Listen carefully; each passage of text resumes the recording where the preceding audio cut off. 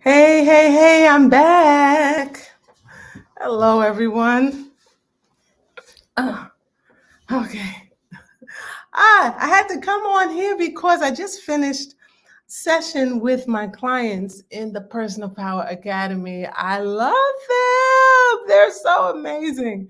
And today we were talking all about deliberate creation, and it got me to thinking about love limits. And love limits are when you limit your opportunities or experiences in life because you lack self trust or self compassion or self acceptance, self love, all the self stuff. Uh, and we had such an amazing discussion, and I wanted to share some of the things that came out of that with you. Is that okay? So, before I get into it, if those of you, if you don't know me, I'm Theresa Noye, your radical self love coach. And women that have historically put everyone else first work with me to now recognize that it's their time to make themselves a priority and to put themselves first without the guilt. Right.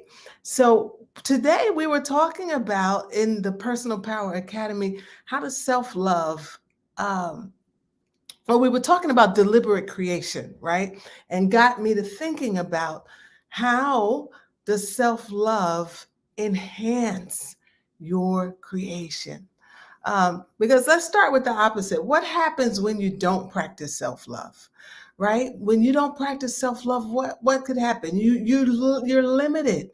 You limit your creativity. You limit your self-expression because you might feel subconscious about sharing your thoughts, your ideas, or just feel like you don't have anything valuable to contribute. And it can prevent you from exploring things that, you don't know what you don't know. And it can prevent you from exploring, going beyond the things that you've traditionally done, the things that you've always done, the things that are maybe uncomfortable and not seem to be popular. Um, you can limit yourself from finding new forms of expression. And as we were talking about deliberate creation tonight, we had so much fun. And the thing that I love was just hearing my clients, just seeing their faces light up about playing. And we were talking about how we are just not encouraged to play after you get a certain age. It's like, stop playing, stop dreaming, just get serious, hunker down, work hard, focus on these things that are important. But did you know that play is such a huge part of the creation process? Curiosity, play, enjoyment, silliness. That's why I'm so silly. Fun. That is a huge part of the creation process. And so can when you practice self-love, it means that you're able to accept yourself for all of who you are, and you're not caught up in your flaws and messing up and worrying about someone else or trying to be someone else, trying to do something that's not reflective of who you are. You can embrace your unique voice, your unique perspective, and create something that's authentically yours. And in order to tap into that, you got to be willing to be a little silly and to let your guard down and tap into that playful, curious, um, girlish side of you. So, one of my clients, Renata, when we started working together, everything was just so serious. She was just so serious, and she was, focused on working hard, getting things done, trying to get the exact science on how to get it done and to make sure that it was right. And it was very stressful, hard road because you're always on high alert. Always wondering, is it the right way? Is this the right way that it has to be done? What's the exact formula? What's the exact science? But after spending time together and practicing these tools, and Renata, if you're watching, shout out, write in the comments, say yes. And practicing and really dialing into it, learning how to just accept herself fully and to love herself, tapping into her intuition, tapping into her inner wisdom, learning how to be kind to herself, being compassionate to herself. You know what happened? She was able to begin to listen to her own instincts, to be able to trust her own creative impulses, to be able to have her own back, to be able to trust herself. And in this practice, she was able to overcome those fears, overcome the doubts, overcome, the hesitancy, the tentativeness, the constant overthinking. And just she wasn't held back anymore by the inner critic and all the negative self-talk. She was willing to take risk and to try new things.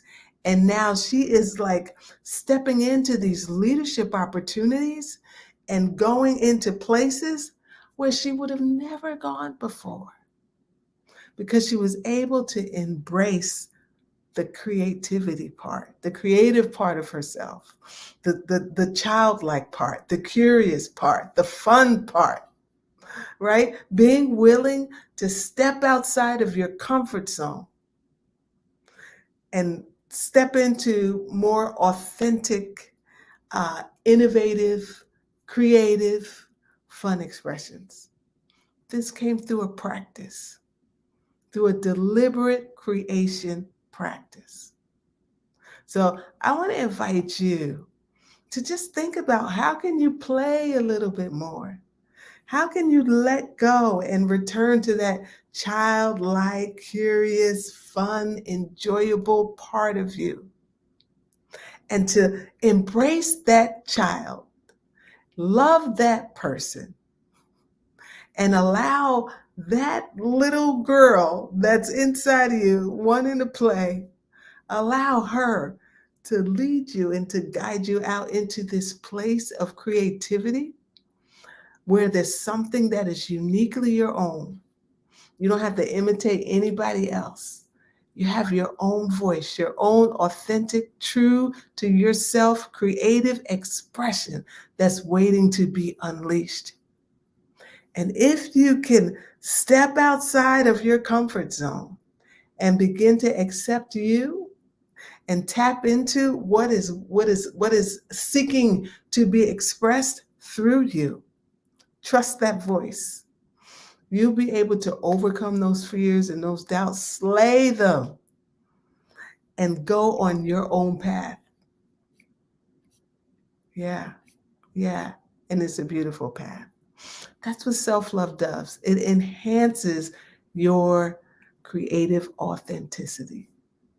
As a deliberate creator, you create on purpose because we're always creating, right? That's who we are.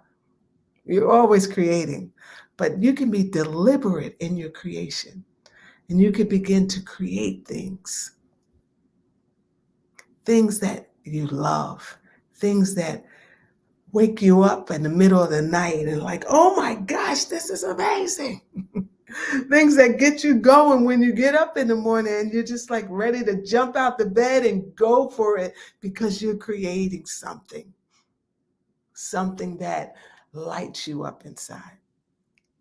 When you learn how to give yourself that love, you can do that without the fears, you're human, you might feel some fear, but you won't allow that fear to hold you back. You're actually gonna recognize those feelings as not necessarily fear. It could be excitement for the vastness of what you're creating. So I lost my thought. So I'm done. That's it. So that's it. Creativity. Listen, allow your love to expand so you can tap into that place of creativity. Okay? All right, guys. Y'all have a good night. And I'll see you tomorrow.